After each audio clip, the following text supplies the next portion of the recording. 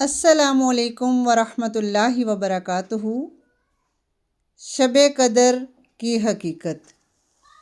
رسول اللہ صلی اللہ علیہ وسلم پر جب قرآن نازل ہوا، آپ صلی اللہ علیہ وسلم نے پورا قرآن امت کو دیا۔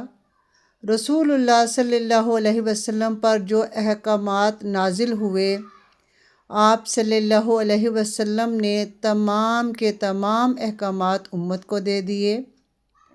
آپ صلی اللہ علیہ وسلم کو 40 سال میں نبوت ملی۔ آپ صلی اللہ علیہ وسلم کی زندگی میں نبوت کے بعد 23 سال آئے۔ آپ صلی اللہ علیہ وسلم نے اپنی زندگی میں یہ نہیں بتایا، کوئی ایک سال بھی آپ نے ایسا نہیں کیا کہ صحابہ کرام کو اکٹھا کیا ہو اور کہا ہو کہ آج شب برات ہے یا شب معراج ہے۔ آپ صلی اللہ علیہ وسلم نے یہ نہیں کہا کہ یہ ایک دن ہے جو آپ نے روزہ رکھنا ہے۔ آپ صلی اللہ علیہ وسلم ہر پیر اور جمعرات کو روزہ رکھتے تھے، اور آپ صلی اللہ علیہ وسلم چاند کی 13، 14، 15 کو روزہ رکھتے تھے۔ اب سوچنے والا آج بھی یہ سوچتا ہے کہ کیا ہے، نیکی ہے نا؟ اصل میں نیکی وہ ہے جس کو قرآن نے یا حدیث نے ڈیفائن کر دیا۔ جن کا تذکرہ قرآن و حدیث میں نہیں ہے وہ نیکی نہیں بن سکتی۔ آپ صلی اللہ علیہ وسلم نے حجۃ الوداع کے موقع پر فرمایا، لوگوں میں تمہارے پاس 2 چیزیں چھوڑ کر جا رہا ہوں، ایک اللہ کی کتاب اور دوسرا سنت رسول صلی اللہ علیہ وسلم۔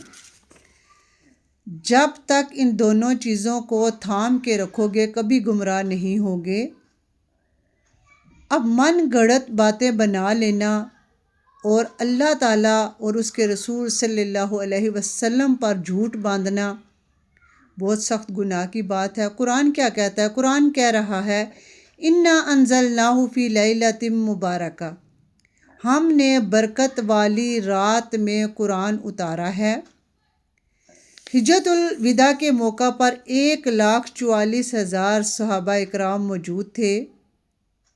آپ صلی اللہ علیہ وسلم نے سب کو مخاطب کر کے فرمایا، کہا میں نے اللہ کا دین پہنچا دیا، آپ سب گواہ رہنا۔ صحابہ اکرام سب اس چیز کے گواہ بنے، اور پھر آپ صلی اللہ علیہ وسلم نے کہا، اللہ گواہ رہنا، اے اللہ گواہ رہنا، میں نے سارا کا سارا دین پہنچا دیا۔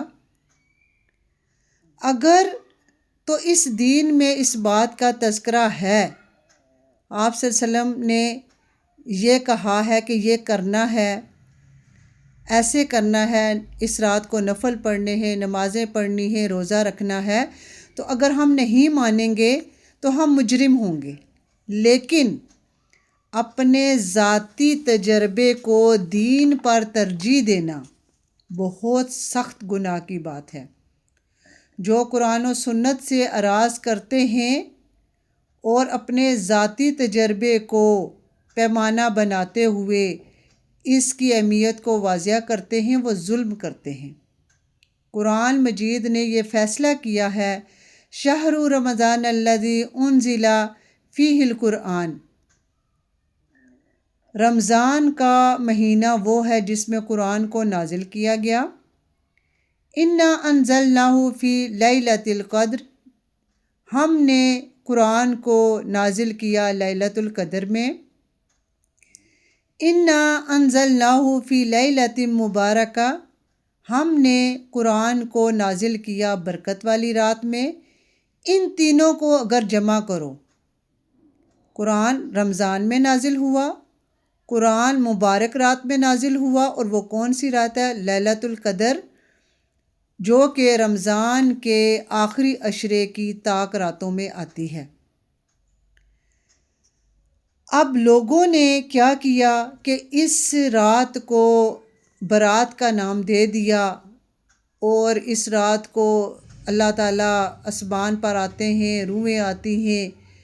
اللہ تعالیٰ ہر رات صحیح مسلم اور صحیح بخاری کی حدیث ہے کہ اللہ تعالیٰ ہر رات آسمان پر نازل ہوتا ہے، فرماتا ہے اور کہ ہے کوئی مانگنے والا میں اس کو دوں، تہجد کے ٹائم، رات کے آخری پہر میں۔ لیکن ہم نے صرف اس ایک رات کو یا شب معراج کو یا شب برات کو ہم نے فکس کر لیا کہ صرف اللہ تعالیٰ ان 2 راتوں میں آتا ہے۔ یہ بہت ہی من گھڑت باتیں ہیں۔ خدا را دین کو سمجھیں، دین کو اسٹڈی کریں۔ کوئی بھی عالم بغیر سنی سنائی بات سے عالم نہیں بنتا، کوئی ڈاکٹر پڑھے لکھے بغیر ڈاکٹر نہیں بنتا، تو کوئی بھی انسان جو قرآن اور حدیث کا علم حاصل نہیں کرتا وہ عالم نہیں بنتا۔ اللہ تعالیٰ نے قرآن پاک، اگر تو آپ نے کہیں بھی قرآن میں یا حدیث کی کسی ایک کتاب میں پڑھا ہے، اب لوگ کیا کہتے ہیں شب قدر یا شب برات کا روزہ، اب شب کا معنی ہے رات، اور ان کو اتنی عقل نہیں ہے کہ رات کو کون سا روزہ ہوتا ہے۔ اور آپ صلی اللہ علیہ وسلم کی سنت سے جو روزے ثابت ہیں وہ رکھیں نا۔ صرف ایک دن کو اس کی اہمیت کو واضح کر دینا اور باقی دنوں کو چھوڑ دینا، یہ بہت ہی بری بات ہے۔ آپ اپنی اصلاح کریں، قرآن کو ترجمے کے ساتھ پڑھیں، حدیث کی کتابوں کو پڑھیں اور دین کو خود سیکھیں۔ کبھی بھی سنی سنائی باتوں پر عمل کر کے انسان صحیح بات تک نہیں پہنچ سکتا، اور پھر وہ کیا کرتا ہے، اسی طرح دین میں بدعات شامل ہوتی ہیں، اور پھر اللہ تعالیٰ نے جو آپ صلی اللہ علیہ وسلم کو بتایا کہ بدعت کیا ہے، اور پھر آپ صلی اللہ علیہ وسلم نے اپنے ہر خطبے میں کیا کہا، کل امور محدثۃ بدعہ کل بدعۃ ضلالہ کل ضلالۃ فی النار، کہ ہر گمراہی بدعت ہے اور بدعت آپ کو جہنم میں لے جائے گی۔ اور بدعت کی ڈیفینیشن کیا ہے؟ دین، کوئی بھی ایسا کام جو قرآن اور سنت سے ثابت نہیں ہے، نیکی سمجھ کے کرنا بدعت کہلاتا ہے۔ تو آپ سب سے یہی ریکویسٹ کروں گی کہ آپ لوگ خود دین کو اسٹڈی کریں، دین کو سیکھیں اور من گھڑت باتوں پر عمل نہ کریں اور من گھڑت باتوں کو آگے نہ پھیلائیں، کیونکہ یہ گناہ جاریہ بن جائیں گی آپ کے لیے۔ آپ نیکی کی کوئی بات پھیلائیں گے تو وہ آپ کے لیے صدقہ جاریہ بنتی ہے، اور اگر آپ گناہ کی کوئی بات پھیلاتے ہیں تو وہ آپ کے لیے گناہ جاریہ بنے گی۔ تو آپ تمام بہنوں بھائیوں سے میری یہ ریکویسٹ کرتی ہوں کہ آپ دین کو سمجھیں، قرآن و حدیث کو خود پڑھیں۔ اللہ حافظ۔ السلام علیکم ورحمۃ اللہ وبرکاتہ۔